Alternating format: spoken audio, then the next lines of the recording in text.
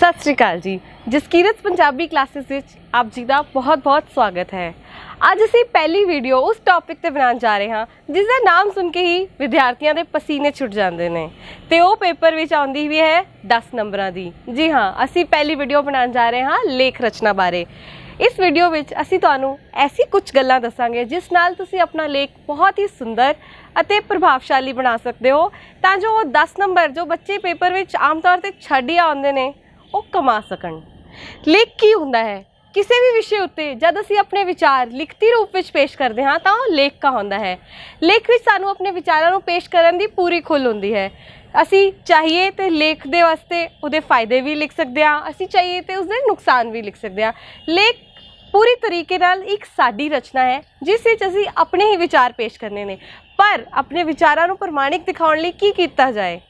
हाँ, उस वास्ते सानू प्रभावशाली दलीलों का प्रयोग करना चाहिए है अते महान व्यक्तियों के विचारों का असी कोट्स लिख सकते हैं। जिवें कि असी देखते हैं आम तौर पर कुछ लोग महात्मा गांधी, नेहरू जी, अब्दुल कलाम जी के कोट्स का विचारों का इस्तेमाल करते हैं तां जो उन्होंने जो रचना है वो होर आकर्षक और रोचक लगे। उसी तरीके नाल सारे विद्यार्थियों ने उसी तरीके नाल कई कोट्स इस्तेमाल करने ने। तो जो साडे लेख ने वो होंदे ने 3 प्रकार के। वर्णनी लेख जिस विच असी करते हैं दृश्य वर्णन।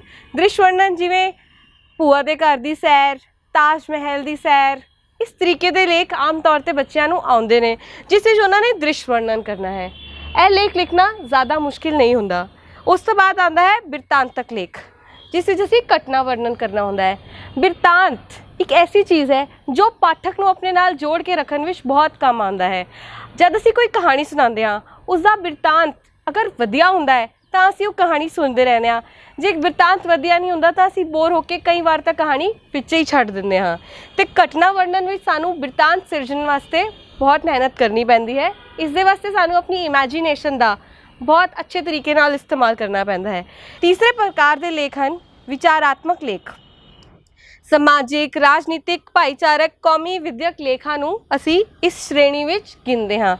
यह लेख जो ने यह पूरी तरीके नाल विचार प्रधान लेख ने। इस विच सानू अपने विचारों को पेश करना है तो इस तरीके नाल पेश करना है कि किसी को भी ऐसा ना लगे कि साडे विचार जो ने वो उस टॉपिक नाल मेल नहीं खाते। तो अगली गल साडे कोल हर टॉपिक नाल रिलेटेड जानकारी आज के समय में जरूर होंदी है। असी रसाले पढ़ते हैं, अखबारां पढ़ते हैं, इंटरनेट देखते हैं, टीवी देखते हैं, बहुत कुछ करते हैं। तो ऐसा कोई टॉपिक नहीं है जिस दे बारे साडे कोल विचार ना होन। असी उदाहरण लेंदे हाँ जिवें कि कोई समाजिक टॉपिक दहेज बारे अगर गल करिए तो अज का कोई भी बच्चा ऐसा नहीं है जिसनों दहेज बारे ना पता होए। तो जब असी दहेज बारे गल करते हैं तो सानू उस दे नाल रिलेटेड फैक्ट्स भी पेश करने होंदे ने। तो सानू ये फैक्ट्स कित्थों मिलते हैं? रसालियां तो, अखबारां तो, इंटरनेट तो, टीवी तो।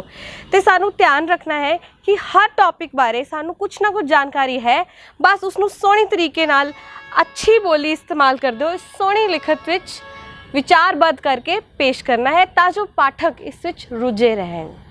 तो लेख लिखन का वैसे तो कोई खास ढंग है नहीं, पर सानू कुछ गल्लां दा ध्यान रखना चाहिए तां जो साडा लेख जो है आकर्षक और रोचक बन सके। सब तो पहला लेख का असी करते हैं आरंभ, जो कि असी विषय का इंट्रोडक्शन देते हैं, विषय नाल जान पहचान कराते हैं। तो जो जान पहचान है यह 2 पैराग्राफ तो उत्ते नहीं होनी चाहिए क्योंकि साडे कोल भी शब्दों की कुछ लिमिट है। 200 तो 250 शब्द, 300 तो 400 शब्द। तो जे असी इंट्रोडक्शन ते ही सारा समय अपना लगा देंगे तो असी बाकी का ऐसे कदों लिखांगे, इस गल ते सानू ध्यान देना है। होर सब तो वड्डी गल जो इंट्रोडक्शन है वो साडा आकर्षक और रोचक होना चाहिए ताजो जो पाठक है वो रुझ जाए साडा लेख पढ़न लई। तो इंपॉर्टेंट गल अगली आती है मध। मध मतलब जो बॉडी है साडे ऐसे दी, जो बॉडी है उससे जो असी डिस्कशन करते हैं टॉपिक बारे, विषय बारे, उसके असी पॉइंट्स डिस्कस करते हैं, अलग अलग पॉइंट्स डिस्कस करते हैं। तो सानू ये गल याद रखनी है, अंग्रेजी का एक सिद्धांत है 5W1H जिसका मतलब है वट, वैन, वेयर, वाई, हू ते हाउ। साडे सारे सवालों का जवाब उस विच सानू मिल जाना चाहिए है। तो यह गल जरूर याद रखनी है तुसी कि जब तुसी डिस्कशन कर रहे हो तुसी अपने अलग अलग पॉइंट्स नू अलग अलग पैराग्राफ्स विच पाओगे तो जो तुहाडे पॉइंट्स ने अलग अलग पैराग्राफ्स विच ने पर उन्हों का कनैक्शन नहीं टुटना चाहिए। जिवें मोतियां दी माला होंदी है, जे एक भी मोती निकल जाए तो पूरी माला बेकार हो जाती है। उसी तरीके जे तुहाडे पैराग्राफ्स विच कनैक्शन टुट जाए तो तुहाडा ऐसे बिल्कुल बेकार लगन लग जाता है। उस तो बाद असीं आना है अंत ते। अंत यानी कि कंकलूजन, कि असी पूरा लेख लिखते हुए असी किस सिट्टे ते पहुँचे हाँ। सानू अपना सिट्टा यानी कि साडा रिजल्ट डिस्कस करना है। जिवें कि असी ग्लोबल वार्मिंग ते ऐसे लिखिया, असी इंट्रोड्यूस किया, असी जान पहचान कराई कि ग्लोबल वार्मिंग किद्दां होंदी है, ग्रीन हाउस गैसेज नाल होंदी है, इस दे नाल वर्ल्ड उत्ते की असर पै रहा है, जो सानू उस ते लेख लिखना पिया।